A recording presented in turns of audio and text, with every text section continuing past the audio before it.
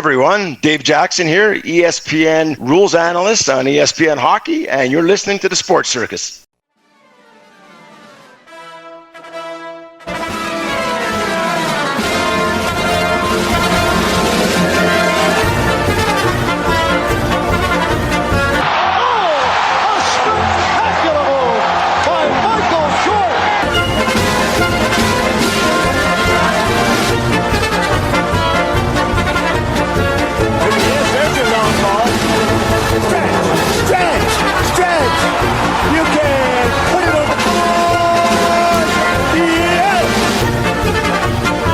Welcome to the Sports Circus. I'm your Ringmaster Sal here with Long Beach Lenny.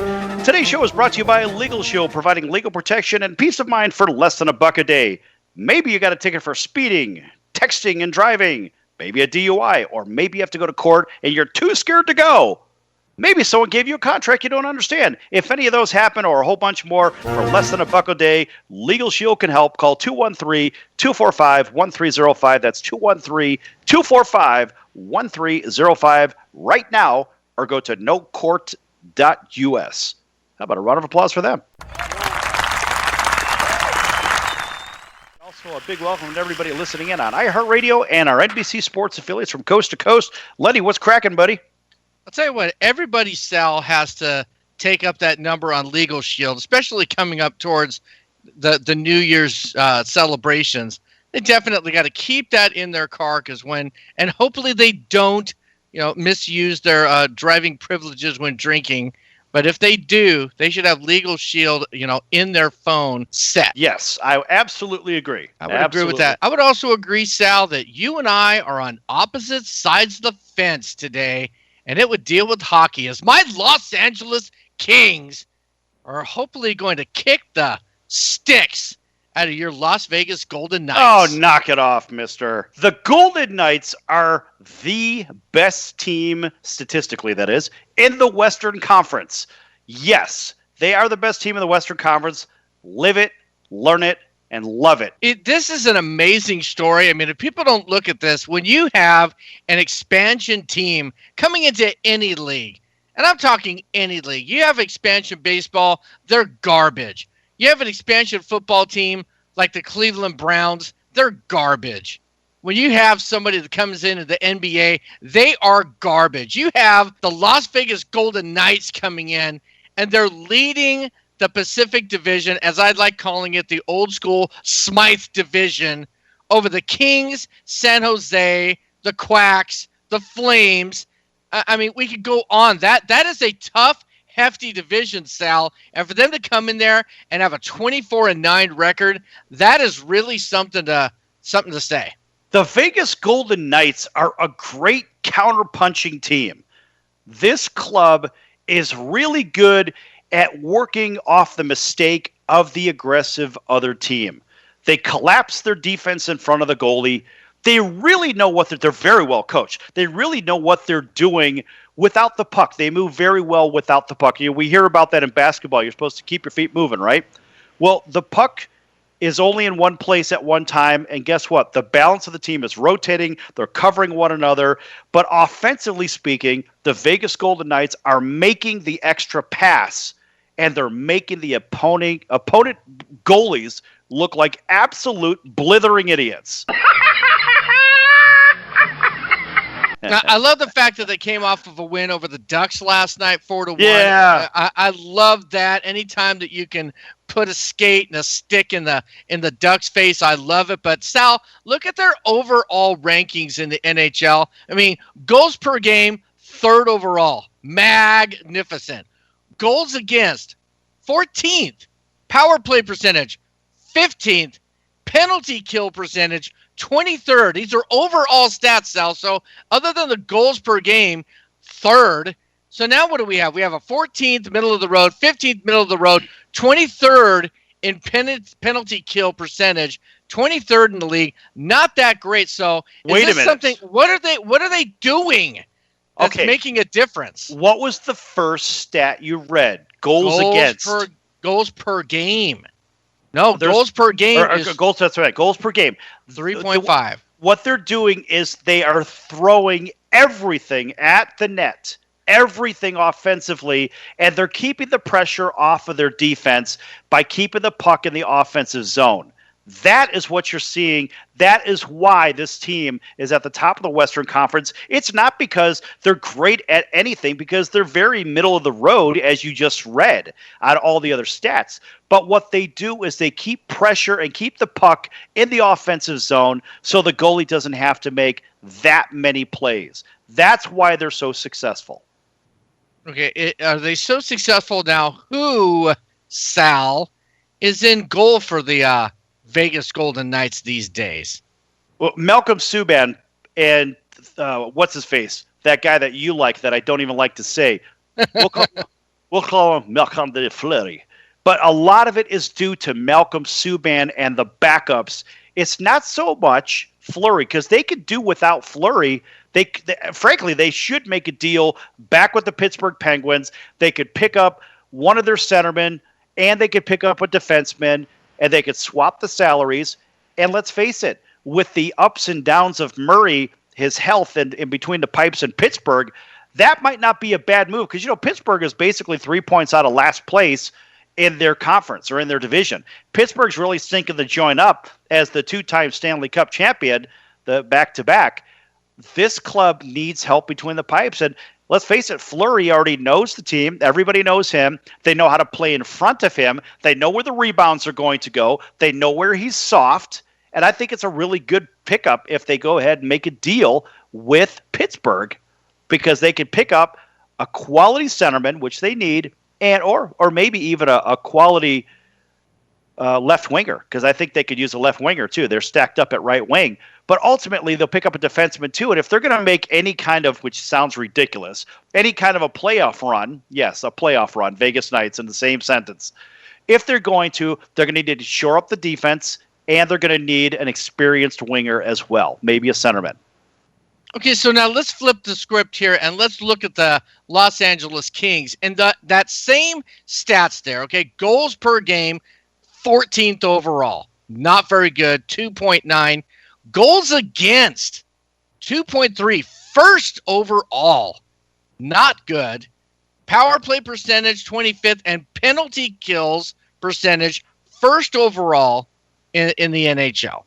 What does that tell you about the Kings? That tells me that they live and die by the shot.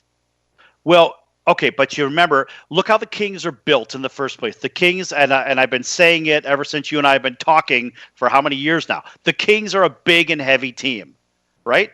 They're big and heavy, and that's what they do. That is exactly what they do. So they are a true counterpunching team, right? Right. All right. So what we're talking about here is a team that is built for duration. Now, Colin Fraser, our NHL correspondent, 3-time Stanley Cup champion, had said the same thing. The Kings are going to wear you down over a 7-game series. They're not going to go ahead and beat you up in one game. They're not a one-off team. So the Kings are a very tough team, just like Anaheim. They're very tough teams to play against in a 7-game set. That's why those two teams built themselves against one another. You know what I'm saying? Yes, but still, I'm thinking tonight that we're going to definitely have some firepower coming at the Golden Knights. I think this is a night you have the two top at the division. This is the night, Sal, that the Kings bring it. Put the sword back in the scabbard there, Knights, because you're going nowhere. There it is, buddy. Let's get ready to rumble.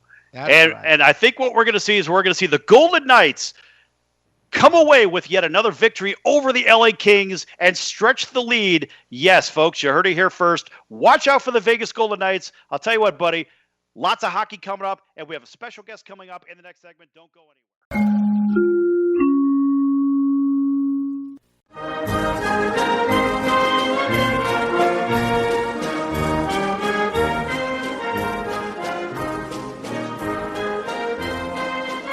Welcome back to the Sports Circus. I'm Roy Firestone. Now it's time to throw it back to Sal. And that's another thing. Those Dodger fans, Sal, I mean, sitting on their hands, they were not ferocious like the Boston faithful over there. What does that have to do with anything?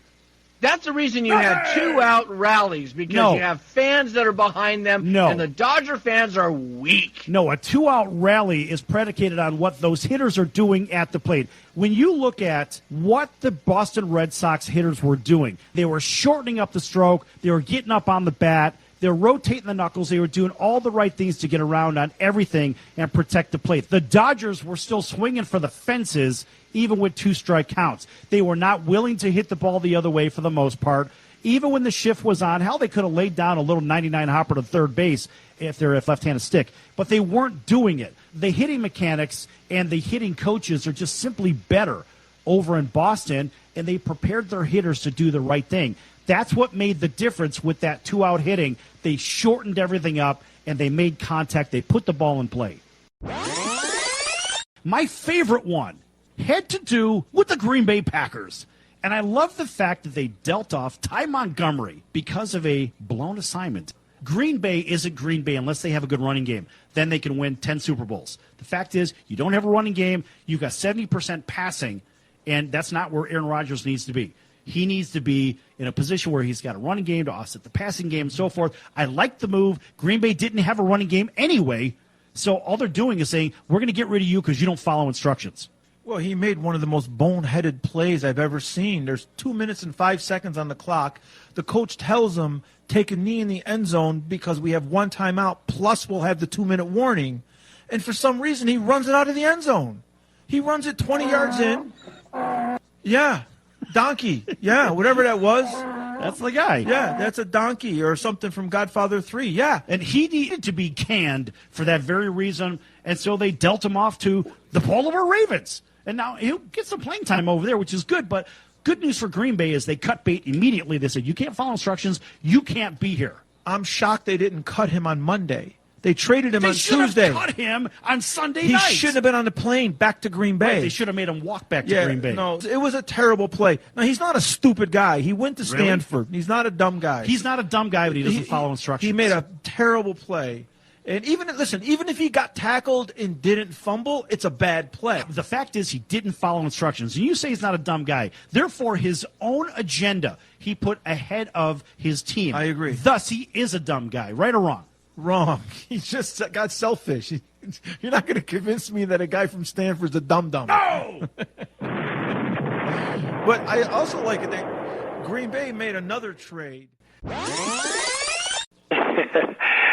Yeah, this is Sidney Justin from the Miracles. So you heard yesterday's show at Roy Firestone. Didn't you hear a little clip about him going into the office where Smokey was at? And that was really good material, wasn't it? Yeah, that was really funny, man. Yeah, and then you heard him. I thought it was hilarious. It was cool, though. It was cool. Really cool story, man. I enjoyed listening to that. Right, and then he gave a couple of bars. Can you give us a couple of more from Ooh Baby Baby? And let's see if you could do it better than Roy Firestone. Come on, man! All right, you know what? Why not? I did you wrong. My heart went out to play. But in the game, I lost you. What a price to pay. Hey, I'm crying. Ooh, baby, baby. How's that, man? That's Is that okay? Is that good enough? That's incredible. That's fantastic. You know why? Because that's what you do. You're in the incredible business, Sid. That's awesome. Yes! Only on the Sports Circus. You're going to get sports. You get music. We're really entertaining.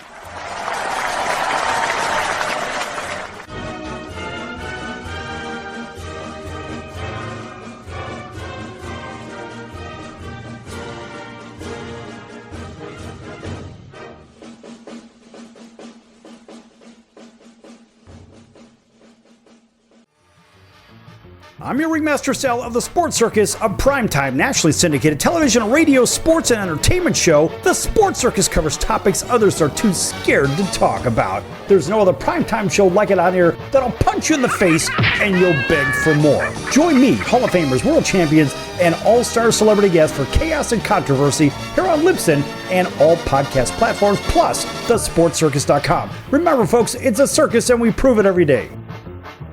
Quiet, numbskulls, I'm broadcasting. Hey there, I'm country rock artist Susie Corey, and you're listening to the Sports Circus.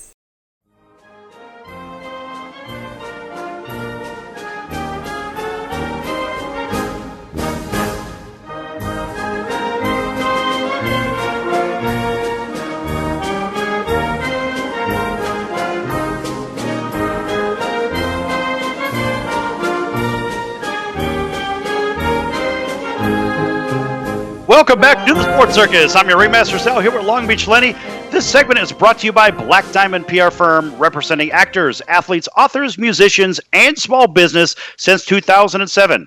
Everything you do is public relations. Black Diamond PR Firm, we are your people. Visit them at blackdiamondfirm.com or call 877-256-3075. That's 877-256-3075. And tell them the circus sent you. About a round of applause for them. All right, a big welcome to everybody listening in on iHeartRadio and our NBC Sports affiliates from coast to coast.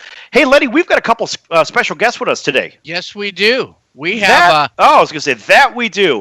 And I want to make sure that both of them are on the line right now because, look, we're in a very fortunate position where we actually have brothers, two former NFL players, and we also have the lead singer and background singer for the Miracles. Right now, I understand we have KJ or Kerry Justin. You're with us, right? Yes, I'm here. All right, good. Hey, where's your brother? I'm right here. Oh, you're both there. Yeah.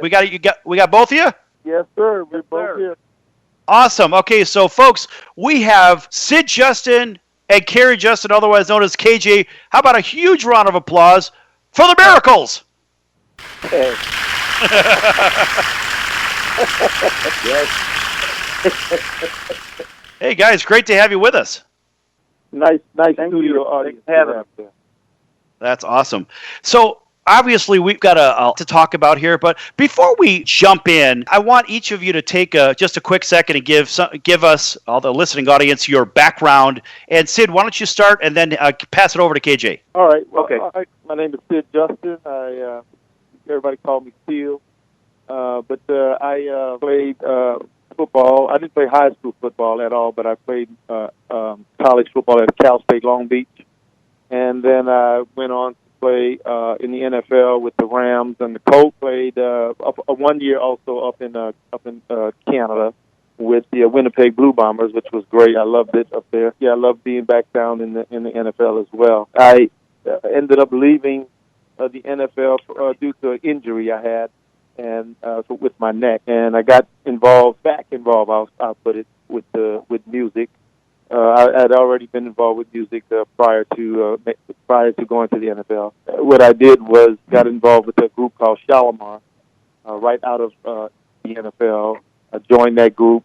Was in the group for about 6 years. Recorded 2 albums. Traveled around the world with that group. Then I started doing like movie soundtracks, worked on several movie soundtracks, and then the Miracles contacted me and asked me if I was interested in joining the group, which was like 23 years ago. So I was able to say yes, and I've been doing it for 23 years. So, Smokey Robinson, lead singer of the Miracles, if people out there don't realize that, but yeah, it was Smokey Robinson and the Miracles, and now it's just the Miracles, but featuring myself. And I've been doing that for 23 years. Like I said, it's been a while in the music business.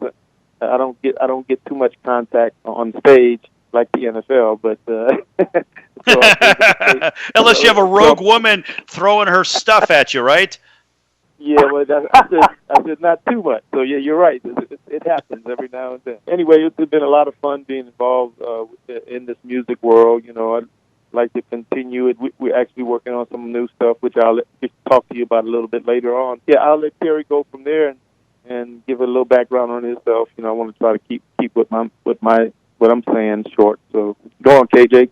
Okay, yeah, I'm like Sid. Never really played high school football. I had 1 year of junior college and 1 year of university at Oregon State, and went on as a free agent to play with the Seattle Seahawks.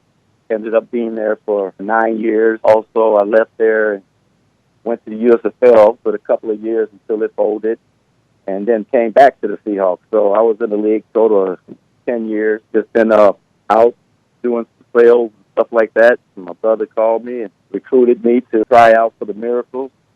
audition, and went out and auditioned and thought doing it and picked it up. And here I am, a background singer and also choreographer for the group. And it's been awesome, a great experience being represented by the Sid and how he puts the things together and professionalism that he brings to the table. It's been an awesome experience. Also representing the Miracles as a legendary group. We won the HAL Award last year for all the achievements and recognitions and stuff that we've done. So it's been awesome, and just looking forward to doing more and more. Wow. Hey, Letty, imagine this. Imagine these guys going from the biggest stage in sports to an enormous stage in music.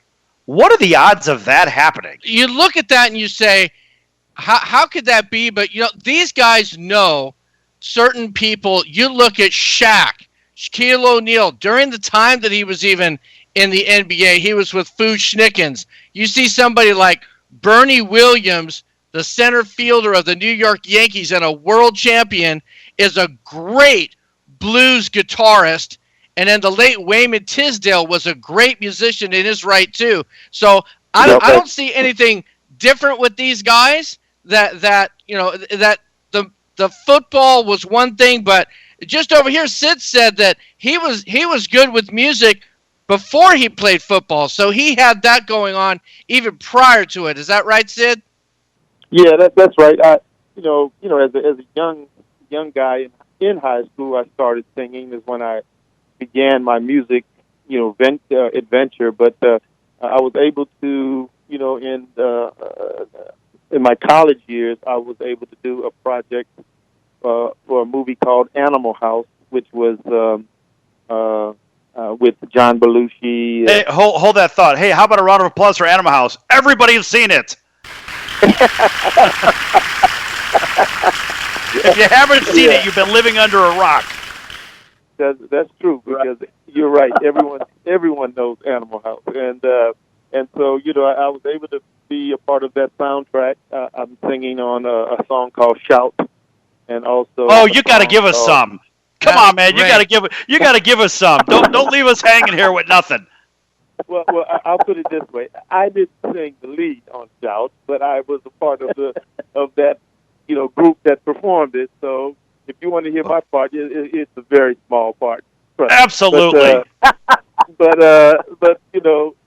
the thing was, no one thought that film was going to do anything. It really was kind of a B rated type production, and no one actually felt that it was going to be something that was going to be so successful.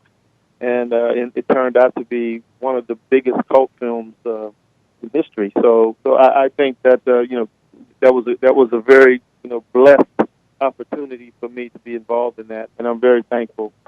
So yeah, I was involved with music prior to football, and or at least prior to professional football. Yes, I was involved in that. Mm-hmm. But wait a minute, Sal. For those that don't know, now Sid, you sang, and I have a little taste of it. The national anthem. You went and sang it over there at the Seahawks game for our listening audience here.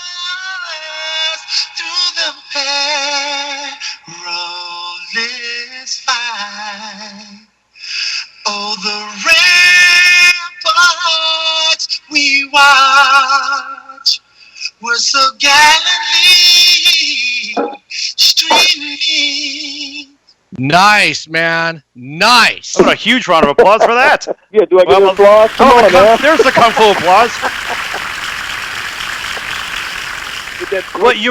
But Sid, you realize, listen to this, you realize that Shout is probably the collegiate national anthem. It's played at every frat party. It's played at every house party. It's played at every stadium when somebody scores or any mayhem happens. You're a part of that bit of society and that national anthem as well. Yeah, you know what? I never thought of it that way, but you're absolutely right. I totally agree. I never thought of it as a national anthem, but everyone knows that song, and it's been played in multiple venues, sporting venues. Lakers, Clippers, Bulls. I mean, everyone plays the song. At some time or another, they'll play that song throughout the season. So you're right. It is a national anthem. I agree. So, Sid, when we come back from break in a couple of minutes, you're going to go ahead and give us your part from Shout, right? Pressure's on. You want it right now? I can see you right now. Oh, so that was you. All right. So now every time we hear that, we can say, hey, that's it. That's right. That's what you can say. That's it. That's me. Yeah, there's a guy, the guy who actually sang it, his name was Lloyd Williams. And he actually sang the lead on it. And we were in the singing group together, and they hired us to do the soundtrack. So he was the lead singer, and at the time, and so he did the song and both songs actually, and we sang background, Shamalama Ding Dong. I know you remember that one. Oh yeah, yes, yeah. So those were the two songs we sang for the soundtrack, and that was actually while I was playing football in college when I did that. I'm glad I did it. At first, it was just fun. It was just a fun thing, really, to do it, and didn't realize how popular the song would be or how important it is, like you said, as a national anthem for sport. It really is. It really is. Mm-hmm. Hey, listen, guys. When we come back, KJ, I'm going to want to hear more about. Yeah. I understand that you're maybe in the studio working on your own gigs here, and I want to hear about your first time on stage as well with the Miracles. You're going to have to fill us in on that, just because it's interesting story. And folks, we're going to be back here. Lenny, we've got about 10 seconds. Go ahead and get us out of here. All right, ladies and gentlemen, you're listening to the Sports Circus. We've got some miracle music happening on our show, so we'll be back after a few messages. Don't go anywhere. Can't beat fun at the old ballpark, friends. Hi, pop fly. That would be a home run in a phone booth. I don't know what the big deal about Cracker Jack is. Did you ever go and buy a pack of Cracker Jack thinking you're going to get a prize and find no prize in the box? Here's the pitch. That might not sound important to some people, but when you're a little kid, especially from humble origin, and they cheat you out of a prize, there's a bouncing ball. Second baseman has a Barbary over to first. It's hard to think in laudatory terms of the product. I think if there was an occasional box of Cracker Jacks that found no prizes for the little Harry Carey many years ago. You got that right. And boy, when a box of Cracker Jack to me meant a lot of money. Here's a pitch, bounce foul. That's the most asinine marketing I've ever heard of. 1 ball, 1 strike. These guys say, well, you sing about Cracker Jack. I said that I only sing it because it's in the song. Here's a pitch foul back. And I wouldn't be a bit surprised, even to this day, some youngsters who buy a box of Cracker Jack don't find a prize in the box. 1 ball, 2 strikes, 2 out. Well, if you're going to talk about our congressman being crooked, here's a pitch foul out of play. Why not talk about commercial products that don't do what they represent to do? They told me when they hired me it was a temporary job. Born and raised in St. Louis, and you can imagine the Cardinals were my favorite team from the day I could remember. And all of a sudden, the miracle of life, I'm broadcasting Card games. And I own the town and broadcast them for 25 years, and I thought they're going to give me a gold watch, and they gave me a pink slip. Then I went out to work for Charlie Finley for a year, and that's par for the course. Came to Chicago, and I was with the White Sox 11 years, and now with the Cubs. Never missed a game, never missed a time at bat, never missed a half inning that I was supposed to do. You know, Chicago is such a marvelous city. Hey, we got some Chicago people. You know, you never succeed in this business until you've had the experience of working with a terrible hangover. Not until you've been able to come through with flying colors under those circumstances can you consider yourself a professional. Lord knows, I've had more than my share of hangovers. There's a drive, way back, it might be, it could be, and it is. Holy cow, this crowd is wild. I'm your Ringmaster Sal of the Sports Circus. Join me and Hall of Fame world champion and all-star celebrity guest for chaos and controversy here on Libsyn and all podcast platforms. Also, thesportcircus.com. Remember, folks, it's a circus and we prove it every day.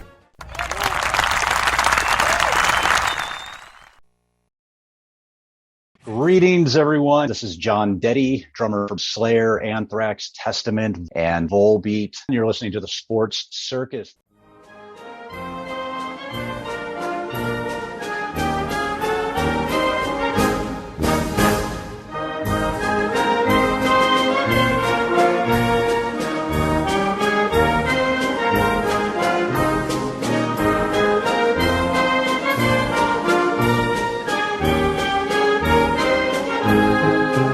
Okay, folks, welcome back to the Sports Circus. I'm your Ringmaster Sal here at Long Beach Lenny. And yes, we have Sid Justin, lead singer of The Miracles, and we have KJ, Kerry Justin as well, also doing the background singing for The Miracles. And by the way, folks, yes, they're both NFL players as well.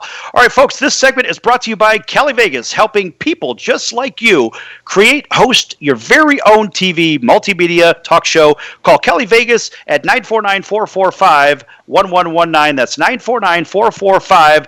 1119. Cali Vegas can help you with everything you need to get out of sitting in hours of traffic every day and host your very own talk show. Call Cali Vegas 949-445-1119 or visit them at calivegas.com. That's CALI Vegas.com. Okay, and a big welcome to everybody listening in on iHeartRadio as well as our NBC Sports affiliates. All right, let's pick up where we left off. And I believe, Sid, you were going to... Oh, no, you're already saying your part from the song, but maybe a little bit of Shamalama Ding Dong. About what'd you say? Say it again. What about a little Shamalama Ding Dong? Oh, man. that don't even sound right coming from you, man. That's okay, man. It's all right. What about the Miracles, Sal? How about something that he's doing something from the Miracles? Hold on, I'm on a roll. We'll get to that in just a second. We're going to ask KJ a question about his experience with the Miracles, and then they could sing something from the Miracles. There you go. Pretty clever, huh? Yeah, that's clever. KJ, go on and tell them a little bit about what's up. Yeah, well, go ahead, KJ. My first time on stage, is that what you're asking me? Yeah. Yeah, well, the first time we did a concert, and, it wasn't like no little bar or a little thing. It was a huge thing. So it was like, here we are on stage with about 3,000 people. I ain't never done this before, and I'm like looking outside saying, oh, my God, how am I going to do this? And I think I can remember saying, oh, this ain't nothing. It's just like playing football. You just don't have a helmet on. I'm like, oh, okay. We ran out on stage, and I just started doing it. And that was kind of a weird thing for me, but it was good. It turned out good. So now you've got 9 years with the Miracles, KJ. In that 9 years, was that your most frightening experience? That was pretty frightening because I have never done it before, and it was just really kind of intimidating. But I had the same butterflies that I get when I play football, so I knew what he was saying. So I was able to go out there. But being a professional, and if you're working hard and you're doing what you're supposed to do, and you know your assignments and you know everything you're supposed to, all you need is just go out there and just go ahead and relive it. So basically, I took that approach, and that's how I got out there and got through the show, and it was exciting. It was great. So, guys, let me ask you this, and KJ, I want you to start with this. When you transitioned from the NFL into auditioning with your brother, what was your initial thought for after football? What did you think you were going to do after you finished your pro career? Well, I was already doing some film stuff, I was an extra in a couple of movies like Harry and the Hendersons and The Black Widow, and I was really trying to get into the movie industry. I went up to Canada because they were shooting a lot of sitcoms back then, 21 Jump Street, and I went in audition for that, and I didn't get it. And Johnny Depp, he came in as his role, and I said, man, I messed up. I should have just came in as somebody they was looking for, and that's how he got the role. Then I started kind of just sitting around with it. It didn't work out too well, so then that's when I just kind of went on into sales. Got it. So, Sid, when you finished your football career, what was the transition time from football into music full time as that was the path you were going to go on? When did you know that A, you were good enough, and B, that you could actually sustain a career in music? Well, I actually, after my injury, I was not quite healthy immediately after, retiring. So I kind of took off for about a year and a half, and then I was actually in that year and a half period, I was working with some writers that I had initially grew up with. Do you know the Silvers, the group called the Silvers? Yeah. Leon Silvers and is a family group. We were close friends, and I had met Leon, and he had asked me about the Shalimar thing. He actually had. I would tell you this. Let me tell you how I knew. Okay, let me tell you how I actually knew. Okay, so when I was in high school, I told you I didn't play high school football. So, but what I did do was I formed a singing group, and we performed in a lot of talent shows around the city of Los Angeles. And so what happened was one day, one show that we were doing was at Crenshaw High School in Los Angeles, and I was on stage performing, and with the group, and Ray Charles had came into the to the show. He lived not far from the school. He lived in the Baldwin Hills area, and so he came to the show while I was actually singing at the time. He literally thought that the Miracles performing. Thought Smokey Robinson was on stage performing, and he asked. They told him obviously, no, that's a student, and blah blah blah blah. He said he'd like to meet me, so he came backstage after our performance. We did like 2 songs, and we came off the stage, and he came backstage, and he met me, and he told me he gave me a premonition. Really, it was more or less a prediction, because he said to me, Smokey Robinson is leaving the Miracles. You should take his place.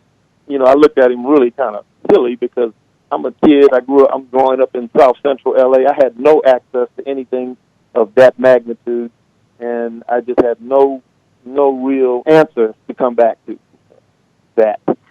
And that's basically what he said to me that I remembered distinctively. And we talked for a few minutes, not long at all, but I'll never forget him saying that to me.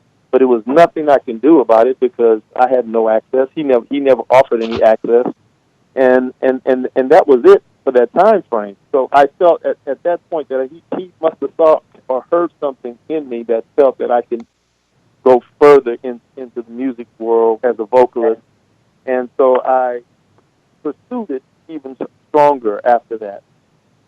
And throughout college and so forth, like I said, I did the Animal House soundtrack. I'd done several other projects, and I was getting more involved in writing.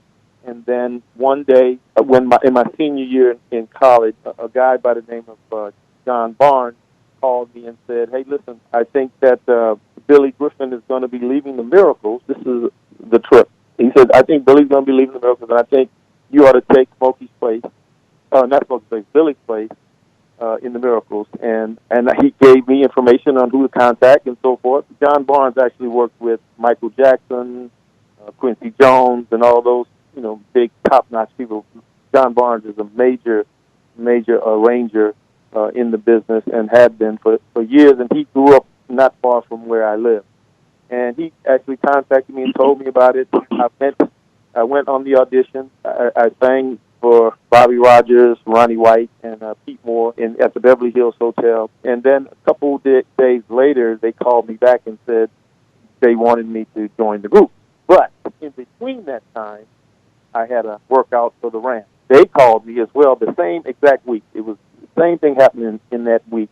They called me and said they wanted to sign me. So I had a dilemma in order to figure out what was I going to do? Was I going to play football, or was I going to continue with the music business? Well, what I decided to do was obviously play football. Wait, Sid, here's the thing. You come in here and you're saying that, but look at this part.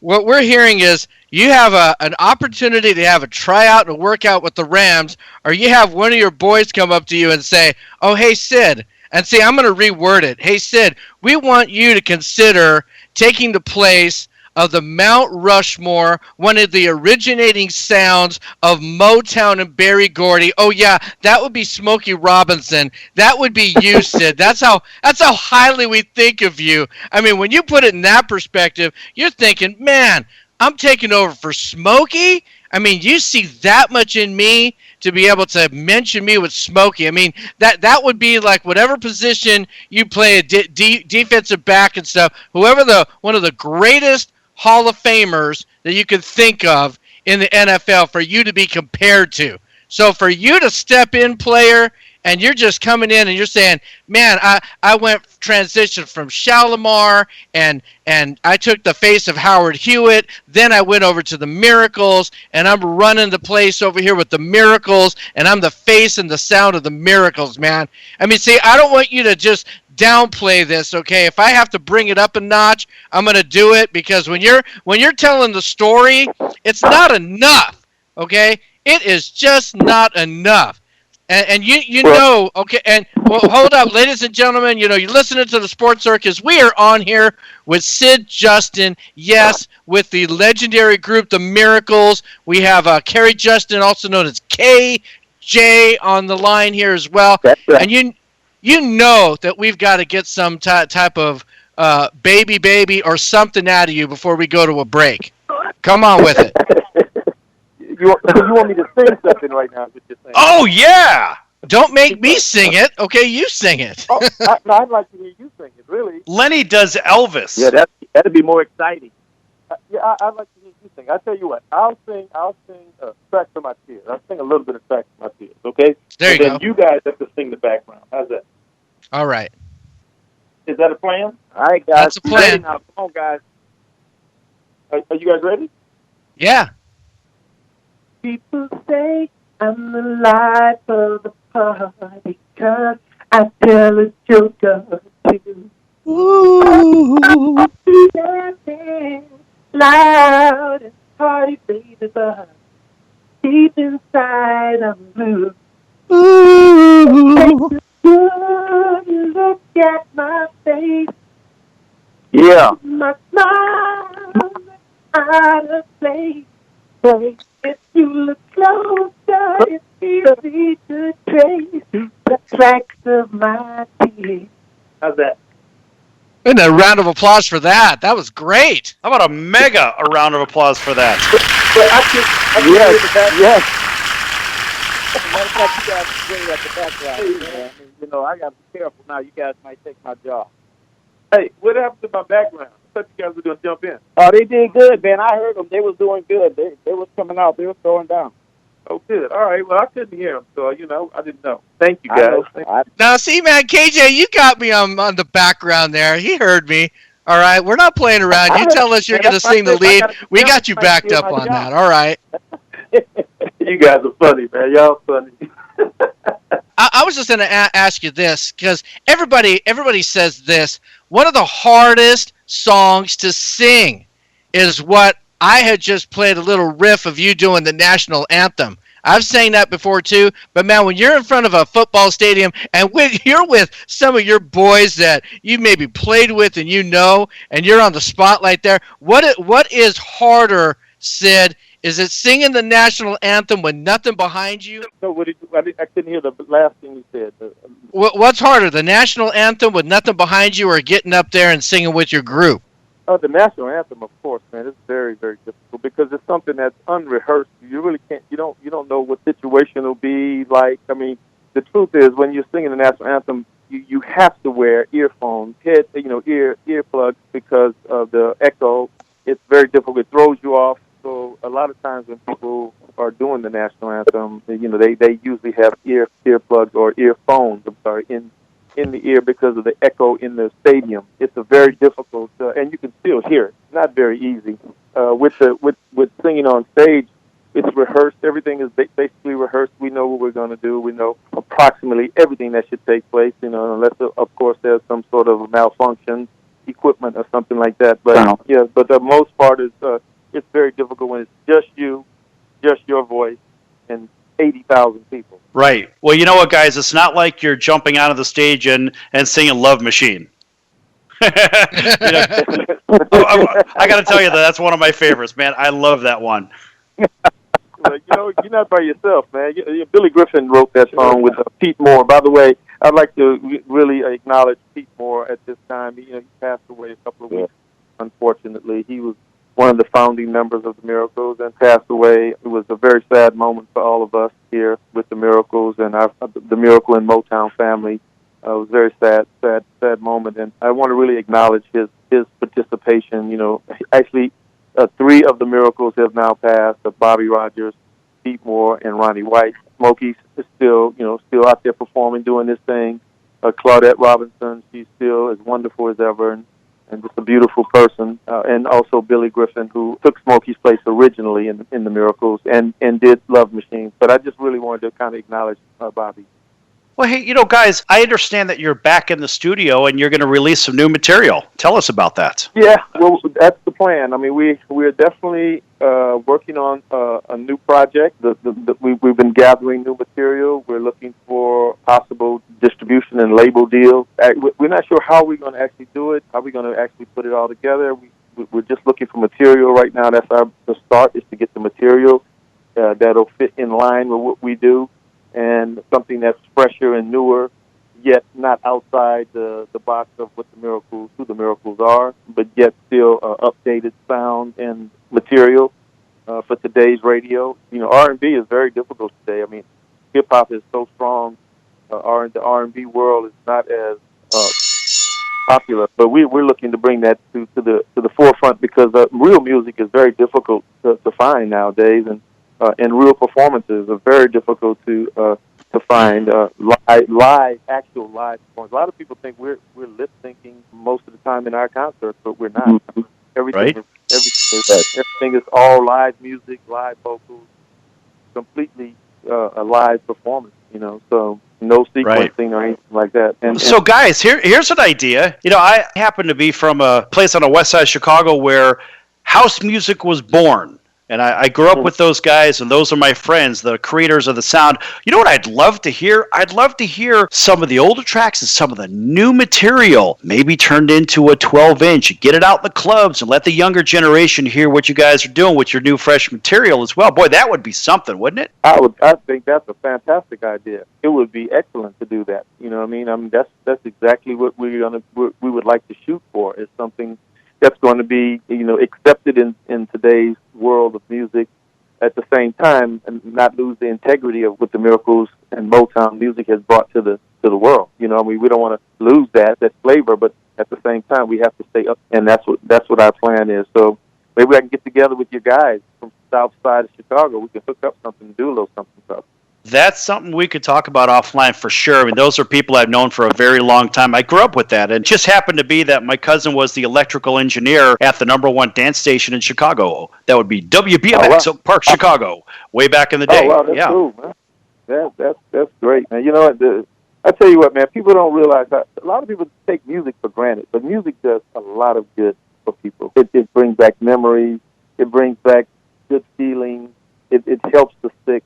I mean, music is something that is God-given to us, and really we take it for granted, I think. I think we, as human beings, take music for granted. But I'll tell you what, I'm so thankful and blessed to be involved in a full-time music career, and I'm looking forward to actually doing a lot more, including movie soundtracks. I still love doing those soundtrack things, coming up with songs that fit a film. I like that idea of it, and then the group, by the way, the Miracles today is myself, KJ, Cordell Conway, and a young man named Eric Wendell. We're the 4 guys that are Miracles today, and we have been performing all over the world. We actually, as I've mentioned to you earlier, Sal, we have a big heart for the veterans, for our veterans. That's why I sang the national anthems at the Rams game 2 weeks ago, I think it was. So I came down to sing Veterans Day, the game against the Texans, where the Rams just crushed them.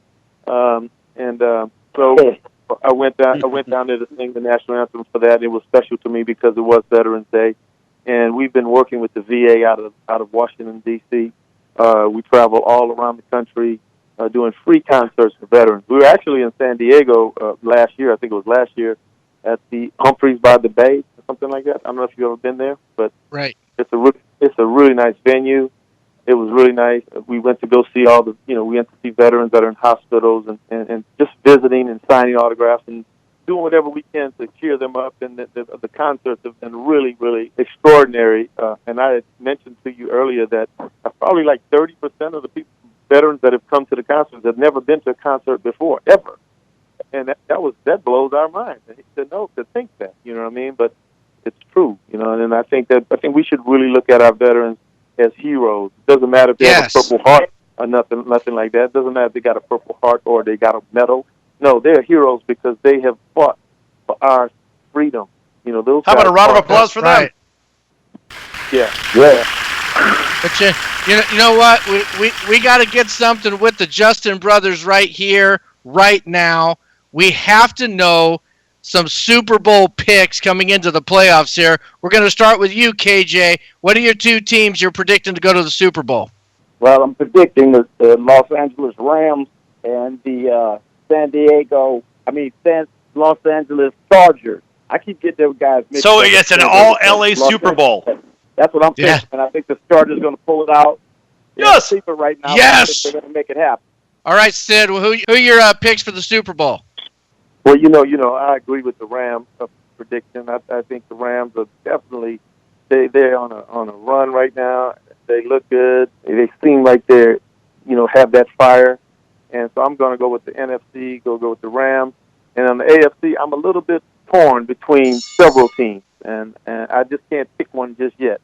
But gotta pick one. You're facing the fire right now. I got a question for you right afterwards. Pick one.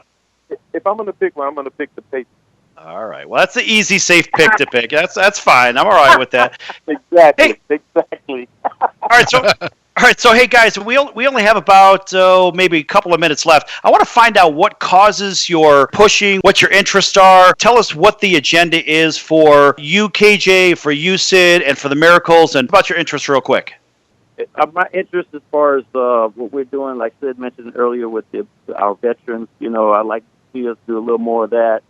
And once we get this album completed, that we can go out and form and bring love and peace and harmony to all Americans. That way, music will change lives, and that's just my interest of what's going on in the world today.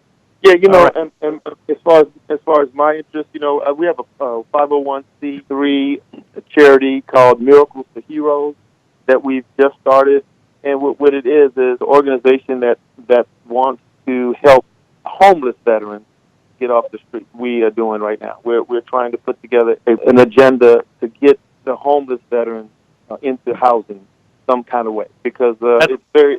My wife and I, we go downtown, and we've done this while I was in LA. I mean, we've been really, really supportive in trying to help the homeless. Period, not just veterans, but just homeless people. And it's very, very heartening to see people on the street like that. And so we decided to put something together that will really help. SAW has an initiative that they've done where they were able to 85% of the homeless people off the street, and we want to do that. Hey, so Sid, how can people find out about your 501?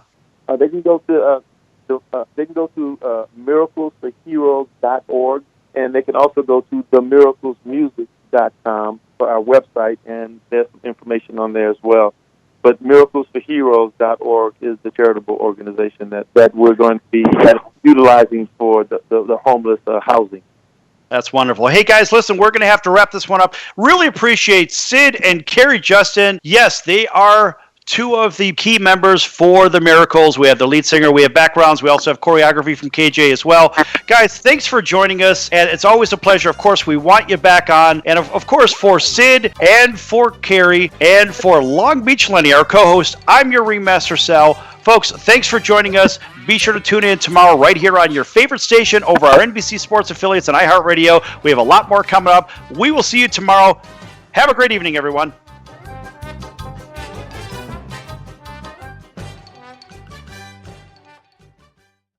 The sports world. It's a circus. Welcome to the Sports Circus. I'm your Ringmaster Sal, live from Las Vegas. Score. put the ball down, give it to the referee. You know, and I don't even care if you slam it down, but you don't have to dance. You don't have to call your mom on the phone. You don't have to go The Sports Circus is a 1-hour primetime nationally syndicated program that's carried on ABC, CBS, Fox, NBC News, and CNBC radio affiliates, plus Cox, Comcast, Spectrum, Frontier, WOW cable TV affiliates across North America and nationwide in upscale hotels and resorts on hotel television in all 210 Nielsen-rated markets. Just like a circus. My life is just a party, and parties weren't meant to last. Dickerson. Jason Hook, guitar player from Five Finger Death Punch. Sidney Justin from the Miracles. My name is Curtis Blow. Basketball is my favorite sport. I like the way they dribble up and down the court.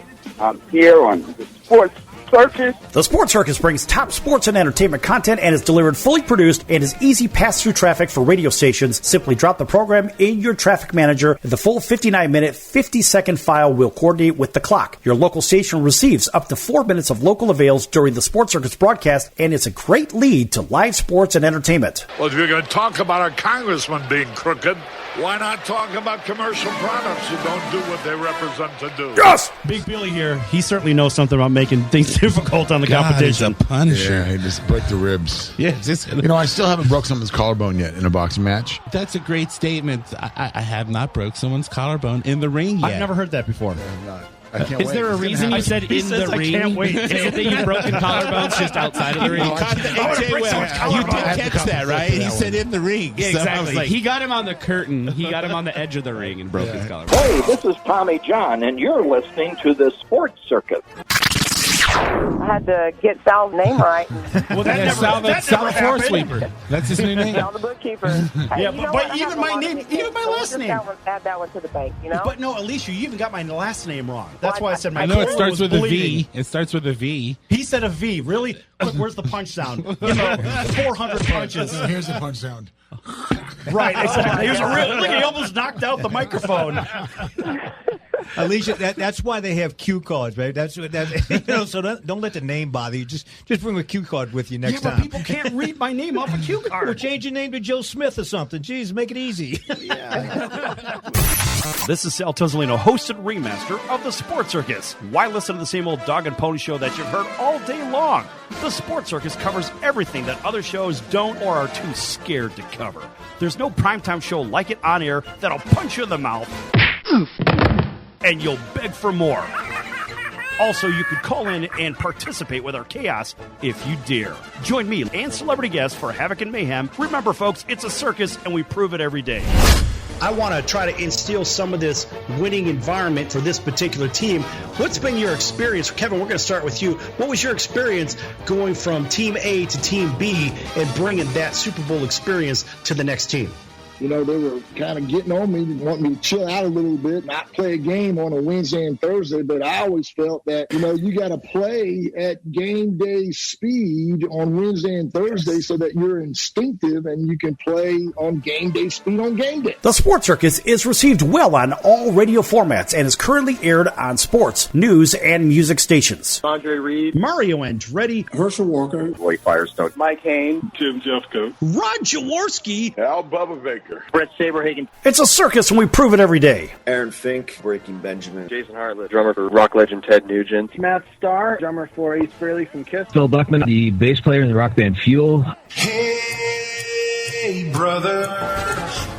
Hey, we know quality content is hard to find, so if you're ready to have the Sports Circus in your market, give us a call right now at 714-948-0100. That's 714-948-0100. Or email us at info@thesportscircus.com. That's info@thesportscircus.com. Thanks for joining us, and we'll see you next time right here on your favorite station. Until then, so long, everyone.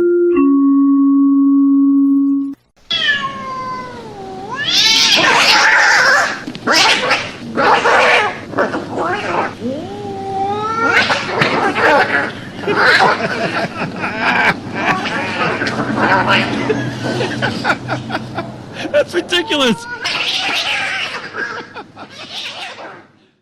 Oh, Norman. Don't call me Norman. Call me Chubsy Ubsy.